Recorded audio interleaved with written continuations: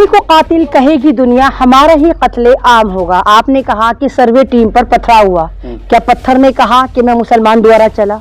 कहाँ पथराव हुआ? ये सारे ड्रामेबाजी करी जा रही है। और जिस लिहाज से इलेक्शन में धांधलियां हुई, जबरदस्त तरीके से उत्तर प्रदेश में भी धांधलियां हुई, मध्य प्रदेश में भी धांधलियां हुई, उन नाकामियों को छुपाने के लिए मैंने आपसे पहले भी कहा कि हिंदुस्तान का जो मुसलमान है वो टीआरपी का खजाना है। आप मुसलमान पे हाथ रखिए, सोशल मीडिया से लेकर इंटरनेशनल मीडिया तक आप वायरल हो जाइए। आप ये कह रहे हैं कि वहां पर सर्वे टीम पर पथराव हुआ। हिंदुस्तान की तारीख में ये एक ऐसा वाकया है जहां पर संभल की हजारों साल पुरानी मस्जिद, उसको दावा ठोका जाता कि जी हम ये वाले भगवान पैदा हुए थे, ये वाले भगवान पैदा हुए थे।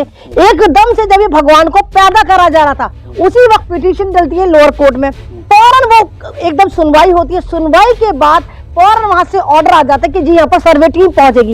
एक ही दिन में वो केस पिटीशन फाइल करी गई, एक ही दिन में सर्वे टीम को भेज दिया गया और उसी दिन सर्वे टीम पूरी ईमानदारी के साथ भारत के तमाम मुद्दे हल करने के बाद, एक ही मुद्दा था मस्जिद का, पहुंच जाती है रात को सर्वे करने। आपको मालूम है कि संभल में मुसलमानों की आबादी कितनी है? पूरा मुस्लिम बहुबल इलाका, यानी मुसलमानों की मेजोरिटी वहां पर है। वहां पर जाकर ड्रामा करा जाता है। उसके बाद ये लोग मुसलमानों को डराते हैं, नारे लगाते हैं। नारे लगाने के बाद इनको ये लगता है कि हम मुसलमानों को डायरेक्ट सीनों में गोलियां मारेंगे और मुसलमान बावला है इस देश का कि वो पत्थर भी नहीं मारेगा। सर्वे टीम पे पत्थरबाजी करी क्यों? तो आपने तुमने देखा कि पत्थरबाजी वहां पर जब हुई, जब उन पर डायरेक्ट फायरिंग हुई। मतलब तुम क्या चाहते हो? तुम्हारे हाथों मारे जाते हैं। मुसलमान के हाथ में पत्थर है, तुम्हारे हाथ में असला। भाई भारत के मुसलमानों के हाथ में असला तो है नहीं, उसके हाथ में पत्थर, टूटे फूटे पत्थर से वो अपनी फैमिली को बचाना चाहते हैं। उसके बाद तो वो पत्थर पत्थर पत्थर पत्थर पत्थर पत्थर करने से मुसलमानों पत्थर मारे, मुसलमानों पत्थर मारे। तुम तो सीधे गोली मार रहे हो। अब तक 5 से 6 मुसलमान वहां पर मर चुके, शहीद हो चुके। वो तो तुम नहीं बता रहे। हालांकि मतलब न्यूज में अभी तक 4 मुसलमानों के मरने की पुष्टि हो रही। 4 कह रहे हैं, मैं तो कहीं 40 ही मरे होंगे, क्योंकि सरकारी आंकड़ा तो 1 दिखाते जब 10 मरते।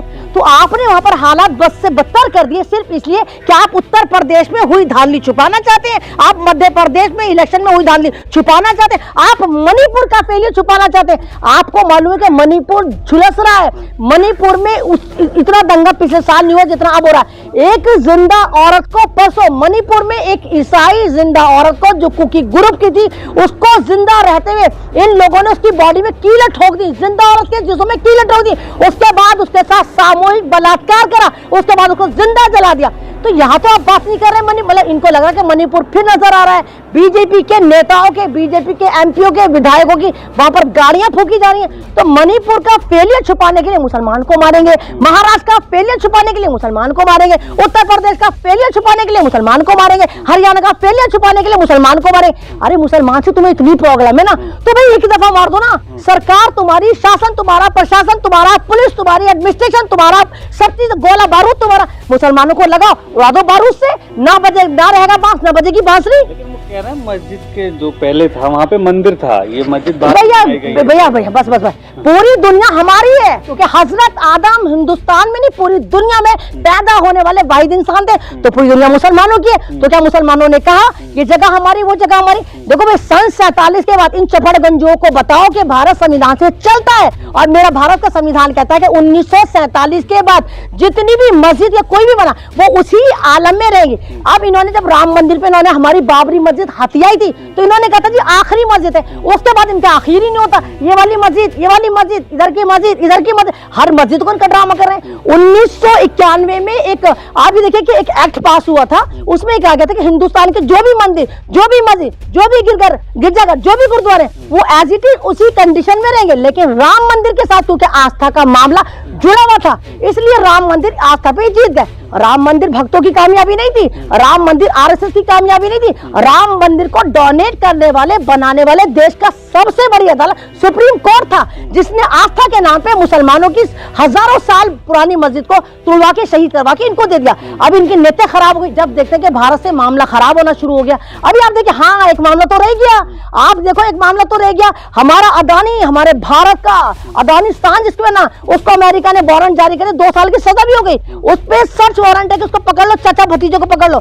अब अदानी एक दुनिया के एक ऐसा आदमी जो सारी दुनिया में जा सकता है, कुछ भी कर सकता है। आपको पता है कि इन्होंने पैसे देके नंबर 1 भी हो गया था, दुनिया में नंबर 1 अमीर हो गया था। और नाथन एंडरसन ने बताया था किस तरह घोटाले कर रहा है, किस तरह शेल कंपनियां दिखा रहा है। अब दोबारा अमेरिका ने फिर बताया कि अदानी ने 2000 करोड़ का रिश्वत देके हिंदुस्तान के बड़े बड़े अधिकारियों को रिश्वत देके बड़े बड़े टेंडर हासिल करे। अब जब अदानी का हर तरफ से निकलना शुरू हुआ, अब इन्होंने फिर सर खुजा के क्या करें, फिर इनको मजलूम मुसलमान नजर है ना हमारे पास टीआरपी का खजाना। चलो भाई कोई भी मस्जिद देख लो, एक बाप है एक बेटा है, 2 लुच्चे लफंगे हैं जो हमेशा हर मस्जिद में जाते हैं, ये मस्जिद हमारी, यहाँ पे वाला भगवान पे देखो, ये मस्जिद हमारी, यहाँ पे वाला भगवान। नहीं तो ये तो खैर कहना सही नहीं है, लेकिन अगर कोई मस्जिद की जगह पहले मंदिर था तो सर्वे तो होने देंगे ना, ताकि सर्वे किस बात का भाई, या तो तुम संविधान फाड़ के फेंक दो। जब 1947 के बाद ये कानून बन चुका है कि किसी भी मस्जिद, कोई भी गुरुद्वारा, सब एज इट इज अपनी हालत में रहे, तो कहां से सर्वे आ गया?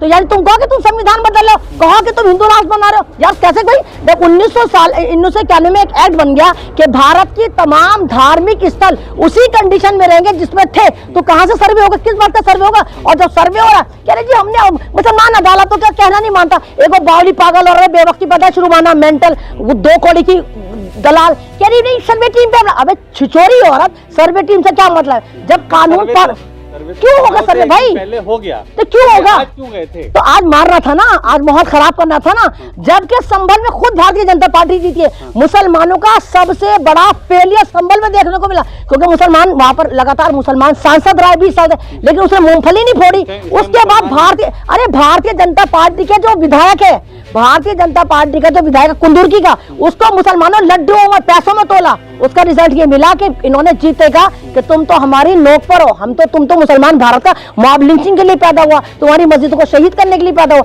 तो ये माहौल खराब करना चाहते हैं। मणिपुर से दिमाग हटाना है, अदानी से दिमाग हटाना है, महाराष्ट्र में जो दबा के घोटाले हुए उससे दिमाग हटाना है, उत्तर प्रदेश में भी दबा के घोटाले हुए उससे दिमाग हटाना है। तो ये मुसलमान ही इनके पास इजी चुक गए। तो मुसलमान मर रहा था और मरेगा, आगे भी मरेगा। लेकिन तो जो लोग हैं मुसलमानों के जिम्मेदारान, वो ऐसी हरकत क्यों होने दे रहे हैं? अभी 3-4 मौतें हो गई। अमन कमेटी से जो मतलब गोली मारे मुसलमान को पुलिस, वहाँ का एडमिशन, जिम्मेदार मुसलमान। भैया कहाँ से लाते हो तुम इतना ज्ञान? मुसलमानों ने खुद को गोली मारी, वहाँ की पुलिस वाले देखो सीधे गोली मार रहा है।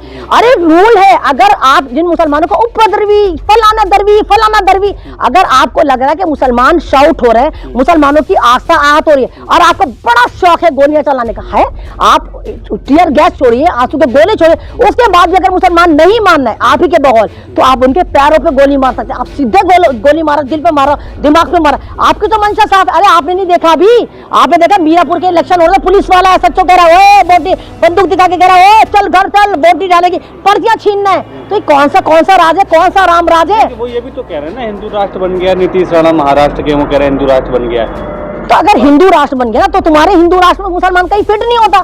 सारे मुसलमानों को एक जगह जमा करो, जमा करने के बाद भारत का जितना भी गोला बारूद है उससे मुसलमानों को उड़ा दो, ना रहेगा बांस ना बजेगी बांस। में तुम्हें मुसलमानों से इतनी प्रॉब्लम है ना, तो तुम किस्तों में क्यों मार रहे हो? उनको बदनाम भी कर रहे हो, उनको मार भी रहे हो, उनकी प्रॉपर्टी भी लूटा, हजारों। नहीं, तो तुमसे अब ये वाली बात है, तो तुम्हारे ही दिमाग में खन्नास भरा हुआ हो, तुम्हारी बुद्धि खराब हो। अब उन्होंने कहा कि 9 बजने में 15 मिनट बाकी है, तो उन्होंने कब कहा कि इन 15 मिनट भारत को जलाएंगे? कहा उन्होंने? तो 15 मिनट क्या करो? तुम्हारे दिमागों में खन्नास हो रहा, तुम ही उस 15 मिनट को कहां जोड़ रहे हो।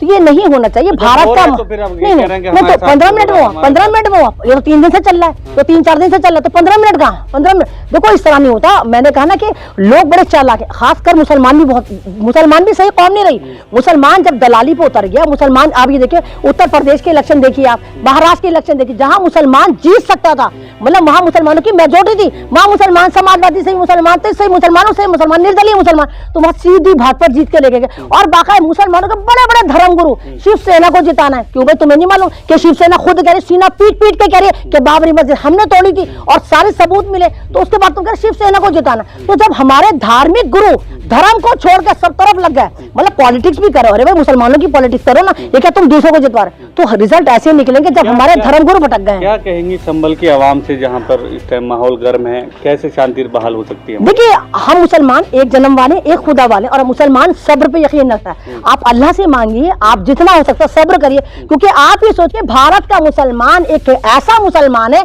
जिसकी नाव समुद्र में और हमारा कोई मल्लाह नहीं है, हमें नहीं मालूम किस तरफ जाने, वो हवा के स्कूलों से किधर भी जा रही है। तो अब आपकी जिम्मेदारी कि पूरा अमनो अमान आप बनाए। मैं ये नहीं कह रही कि आप लोग कराते हैं, आप माशाल्लाह बहुत अमनो अमान वाले, और 75 साल से मुसलमान सब्र ही कर रहा है, और हमें उम्मीद है आगे भी सब्र करेगा। संभल के मुसलमानों के लिए यही मैसेज है कि आप प्लीज खून को मत खोलाइए। अगर आपके लाल चले भी गए तो फिलिस्तीन से सीखिए कि वहां किस तरह शहादतें हो रही हैं। आप भी सोचिए कि भारत में आप शहीद हो रहे हैं, और आपके यहाँ पर जितने भी धार्मिक गुरु हैं वो मुंह पर टेप लगाकर बैठे हैं। कम से कम फिलिस्तीन के साथ ये तो कि वहां के धार्मिक गुरु खुद शहीद हो रहे हैं, खुद 72 घंटे से। आपने देखा कि याह्या सिनवार 72 घंटे से भूखा था और कौम के लिए मर गया।